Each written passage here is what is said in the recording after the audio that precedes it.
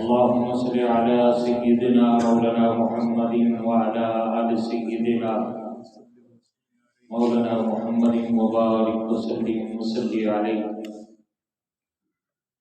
عن ابي هريرة قال رسول الله صلى الله عليه وسلم: الامام ضامن والمؤذن مؤتمن. اللهم ارشد الائمة واغفر للمؤذنين او كما قال علیہ الصلوۃ والسلام. اذان، اس کی فضیلت، اس کے مسائل کے حوالے سے بات چل رہی تھی. آج بھی اسی حوالے سے امام الانبیاء کی خوبصورت حدیث آپ کے سامنے میں نے تلاوت کی ہے، جس کا مفہوم یہ ہے کہ حضرت ابو ہریرہ فرماتے ہیں امام الانبیاء نے فرمایا امام ضامن ہے اور مؤذن امانت دار ہے. پھر امام الانبیاء نے نبوت والے ہاتھ اٹھائے اور یوں دعا مانگی: اللہم ارشد الائمہ، اے اللہ ائمہ کو ہدایت دے، واغفر للمؤذنین، اور اذان دینے والوں کی بخشش و مغفرت فرما.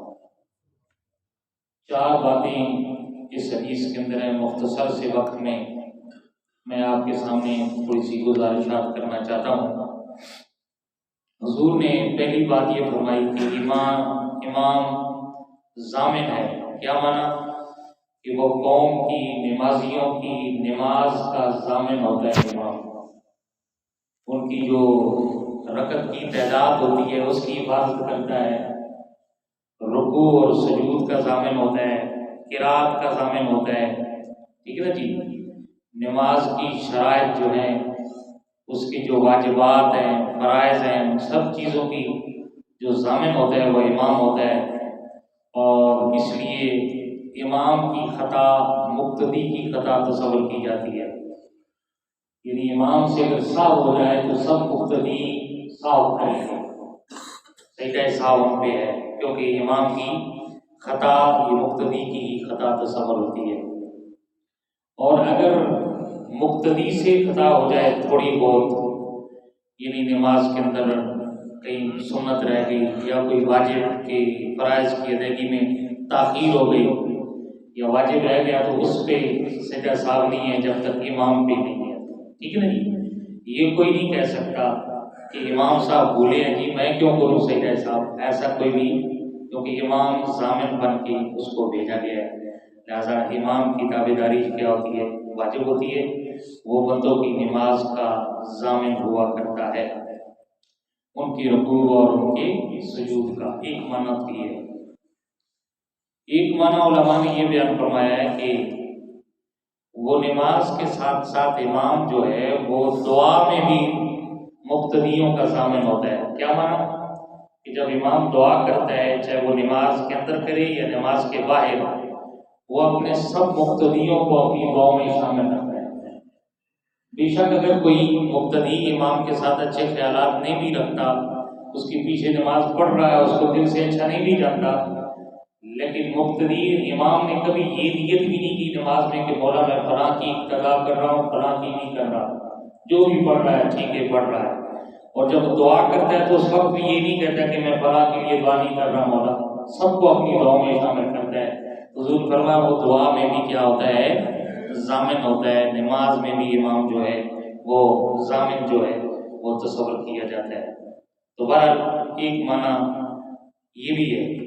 اور ایک معنی یہ ہوتا ہے کہ امام مقتدی میں قرات کا بھی ضامن ہوتا ہے. مقتدی کی قرات کا بھی، ٹھیک ہے نا جی، ضامن ہوتا ہے وہ مقتدی کی قرات کا بھی.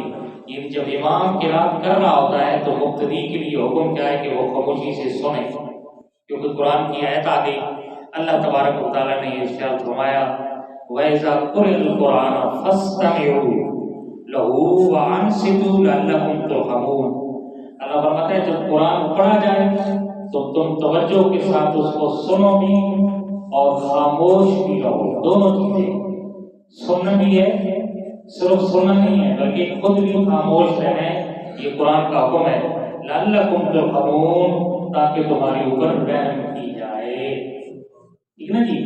تو گویا مقتدی سے قرات کو اٹھا لیا گیا ہے، امام کی قرات مقتدی کی قرات ہی تصور کی جاتی ہے۔ اب اس میں کہ کب کرنی چاہیے، جو جہری نمازیں ہیں جن کے اندر امام جہر کے ساتھ قرات کرتا ہے، ان کے اندر تو بالکل خاموشی کے ساتھ سننا چاہیے۔ اختلاف اگر کسی کو ہے تو وہ سری میں ہے کہ وہ نمازیں جن میں امام قرات خاموشی کے ساتھ کرنا چاہیے، تو امام ابو حنیفہ کی نزدیک حدیث ہے، اس میں بھی وہ یہی فرماتے ہیں کہ اس میں بھی خاموشی اختیار کریں، ٹھیک ہے نا جی؟ تو بہرحال جب امام قرات کر رہا ہو تو رب کا حکم ہے، قرآن کا حکم ہے کہ وہ کیا کرے، وہ توجہ سے سنے نہیں، صرف سنے نہیں، وانصتوا، اور خاموشی بھی اختیار کریں، اتنا پڑھنا، ٹھیک ہے نا جی؟ یہ چیزیں تو گویا امام مقتدی کی قرات کا بھی ضامن ہے، حضور کی حدیث ہے کہ امام کی قرات یہ مقتدی کی قرات ہے، لہذا پیچھے اپنے گھوڑے نہیں بجانے چاہیے، خاموشی کے ساتھ امام کی قرات سننی چاہیے۔ اور ایک بات یہ بھی ہے کہ امام جو ہے وہ کبھی کبھی مقتدی کی قیام کا بھی ضامن بن جاتا ہے۔ کیسے؟ اب پہلی رکعت میں ہر تمام چار ہی جو فقہ کے بڑے ائمہ ہیں ان کا یہ متفق کا مسئلہ ہے کہ جب وہ مقتدی پہلی رکعت میں امام رکوع پہ چلا گیا تو مقتدی نے رکوع کو پا لیا، قیام نہیں کیا، کیا کیا؟ رکوع کو امام کے ساتھ پا لیا، بتاؤ اس کی پہلی رکعت ہو جائے گی کہ نہیں ہو جائے گی؟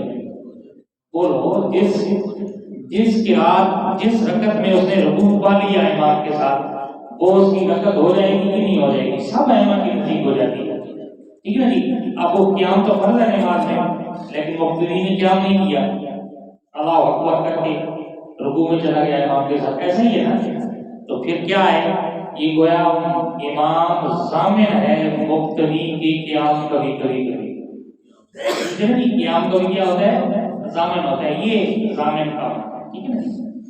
اگلی بات امام الانبیاء صلی اللہ علیہ وسلم نے فرمائی کہ یہ جو مؤذن یہ امانت دار ہے، کیا کرتے کہ لوگ اس پہ بھروسہ کرتے ہیں۔ آج کل جدید دور ہے لیکن اس کے باوجود گھڑیوں کی طرف لوگ نہیں دیتے، زیادہ اذان ہی کی طرف دھیان کیا جاتا ہے اور اسی پہ بھروسہ کیا جاتا ہے، ٹھیک ہے نا جی؟ وقت کے داخل ہونے کا، وقت کے نکلنے کا، اس کی حفاظت کرنا یہ مؤذن کی ذمہ داری ہے کہ وہ وقت کا خیال رکھے، ٹھیک ہے نا؟ وقت سے پہلے بھی اذان نہ دے اور وقت کے بعد بھی اذان نہ دے، جس نماز کا وقت ہوا ہے اس کے لیے اذان بھی وقت کے اندر دینا ضروری ہے۔ اس لیے بہت سے فقہا نے یہ مسئلہ بیان فرمایا ہے کہ وہ بندہ جو اوقات سے جاہل ہے، اوقات جانتے نہیں ہے، وہ اذان نہ دے، وہ کیا نہ کرے، اذان نہ دے، جو اوقات سے ہی واقفیت نہیں رکھتا، جس طرح کہ فاسق بندے کی اذان مکروہ ہے۔ فاسق وہ ہوتا ہے جو اعلانیہ گناہ کرنے والا ہو، اعلانیہ شراب پیتا ہے، اعلانیہ جوا کھیلتا ہے، اللہ معاف کرے، اعلانیہ کوئی گناہ کرتا ہے، وہ فاسق اور فاجر ہے۔ جس طرح اس کی اذان مکروہ ہے، اسی طرح وہ جاہل بندہ جو اوقات کو نہیں جانتا، گھڑی کا ٹائم بھی نہیں پتہ ہی اس کو، تو وہ اذان نہ دے۔ ہاں کوئی اور اس کی رہنمائی کر دے، پاس موجود ہو گیا، وقت ہو گیا نہیں، اذان دے دے تو پھر کوئی حرج ہو نہیں، ٹھیک نا؟ یہ بات۔ تیسری بات، امام الانبیاء صلی اللہ علیہ وسلم نے دعا فرمائی، اے اللہ ائمہ کو ہدایت دے اور مؤذنین جو ہیں ان کی بخشش فرما۔ کتنی خوبصورت دعا حضور نے فرمائی ہے، ہدایت کی دعا کی ہے ائمہ کے لیے۔ کس چیز کی ہدایت کی؟ یہ بات یاد رکھنے کی ہے، وہ علم کی ہدایت کی دعا کی ہے کہ اے اللہ ائمہ کو علم دین کی روشنی عطا فرما۔ علم ہوگا تو بھائی نماز پڑھانے کا صحیح اقدار ہوگا نا۔ اس لیے حضور نے فرمایا تم میں سے سب سے زیادہ امامت کا حقدار وہ ہے جو سب سے زیادہ قرآن کا علم رکھنے والا ہو، قرآن کو جاننے والا ہو، ٹھیک ہے نا جی؟ جس بندے کو نماز کی پورے مسائل نہیں پتا، فرائض کیا ہیں، واجبات کیا ہیں، اور نماز کی ادائیگی کا طریقہ ہی نہیں پتا، وہ امام بن سکتا ہے؟ ہمارے نزدیک اللہ معاف کرے، ہم نے معیار صرف امامت کا ایک آواز ہی بنا رکھا ہے، بس صرف آواز ہی معیار نہیں ہے، قرآن پڑھنا بھی اچھا جانتا ہو اور قرآن کے متعلق اسے علم بھی ہو، نماز کے بنیادی مسائل جانتا بھی ہو کہ کہاں سجدہ سہو لازم آتا ہے، کہاں مجھ سے غلطی ہو گئی ہے، کیسے میں نے قرات کرنی ہے، لوگوں کی رعایت کیسے کرنی ہے۔ ٹھیک ہے نا جی، حضور نے فرمایا جب تم امامت کراؤ تو کیا کرو، پیچھے ضعیف لوگ بھی ہوتے ہیں، کمزور بھی ہوتے ہیں، بوڑھے بھی ہوتے ہیں، بچے بھی ہوتے ہیں، ان کا بھی خیال کرو۔ ٹھیک ہے نا جی، تو اس لیے یہ ساری چیزیں ذہن میں امام کے لیے ضروری ہیں۔ ٹھیک ہے نا جی، یہ نہیں ہے کہ اتنی لمبی قرات شروع کر دے، پیچھے جو ہے وہ جو بیمار لوگ ہیں ان کو تکلیف ہو جائے، یا جو بوڑھے ہیں انہیں سب کی رعایت کا خیال رکھنا ضروری ہے۔ ایک بات کا ٹھیک ہے نا جی، کہ رکوع اور سجود کو صحیح جانتا ہو، اسے پتہ ہو کہ مجھے کہاں سجدہ سہو لازم آیا ہے۔ بہت سی خفیہ جگہ جو مقتدی ادا نہیں ہوتا، امام سے غلطی ہو جاتی ہے اور اس پہ سجدہ سہو لازم آ جاتا ہے۔ ہم تو یہی سمجھتے ہیں قرات میں بھول گیا، رکوع نہیں کیا تو اس پہ سجدہ سہو ہے، ایسی بات نہیں، بہت سی خفیہ مقام بھی ہیں جس کے اوپر امام پہ سجدہ سہو لازم آتا ہے۔ مثلا 2 قیدوں کے بعد بیٹھنا واجب ہے، ٹھیک ہے نا، 2 قیدوں کے بعد کیا ہے بیٹھنا، 2 رکعتوں کے بعد پہلا قاعدہ جو ہے اس پہ کیا ہے واجب ہے۔ اب وہ کہاں تک پڑے گا، اب تو اوپر رسول تک پڑے گا اور کھڑا ہو جائے گا، اگر اس سے تھوڑا بھی آگے بڑھے گا تو سجدہ سہو لازم ہو جائے گا، کیونکہ تیسری رکعت کے لیے کھڑا ہونا فرض تھا اور فرض کی ادائیگی میں دیر کر دیا، اب سجدہ سہو لازم آ گیا۔ اب اس کو یہ مسئلہ پتہ ہی نہیں ہے، رگڑا ایسا نہیں ہونا چاہیے۔ اسی طرح کوئی قرآن کا لفظ ایسا تبدیل نہ کرے جس سے اللہ معاف کرے نماز کے اندر فساد واقع ہوتا ہو، معنی کے اندر فساد آ جائے، اس سے نماز ہی فاسد ہو جائے۔ قرآن کی ترتیب کا بھی خیال رکھے، پہلی رکعت میں پہلے سوالوں سے پڑھے، دوسری میں دوسری سے پڑھے، یہ نہیں کہ پہلے میں آگے جا رہا ہے، پچھلے میں پیچھے جا رہا ہے، یہ تب ہی ہوگا جب اس کو علم ہوگا کہ نماز کی یہ شرائط ہے۔ ٹھیک ہے نا جی، اب وہ کافروں پہ عذاب کی باری ہو تو وہاں بندہ رحمت نازل کرتا رہے گا، نعوذ باللہ ایسا لفظ پڑھ دے نماز تو فاسد ہوگی۔ لفظ عظیم اجرن عظیم بھی آئے، عذاب عظیم بھی آئے، جہاں کافروں کا ذکر ہے، ایک لفظ سے پوری نماز فاسد ہو جائے گی۔ اس لیے اس چیز کا خیال کرنا ضروری ہے، بلکہ ایک زبر زیر سے بھی معنی اوپر سے نیچے ہو جاتا ہے۔ مثلا سورۃ فاتحہ صراط الذین انعمت علیہم، مولا ان لوگوں کے راستے پہ چلا جن پہ تو نے انعام کیا ہے۔ انعمت اللہ معاف کرے معاذ اگر کوئی پڑھ دیتا ہے انعام تو کفر ہو جاتا ہے۔ اے اللہ ان لوگوں کے راستے پہ چلا جن پہ نعوذ باللہ میں نے انعام کیا، معنی تو دی ہوگی، اب یہ کون جانے جا۔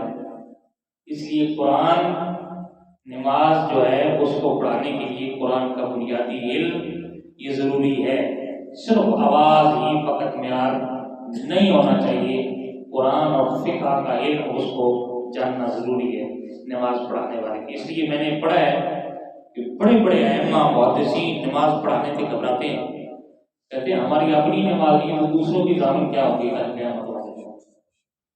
امامت افضل ہے، بہت بڑا کام ہے، بہت بڑا منصب ہے، رسول اللہ صلی اللہ علیہ وسلم کے مصلی کا وارث ہونا یہ کوئی معمولی اعزاز نہیں ہے، لیکن سب ذمہ داریاں بھی بہت ہیں۔ کل قیامت والے دن ہر ایک کی نماز کے بارے میں حساب بھی دینا، اتنا آسان کام نہیں ہے۔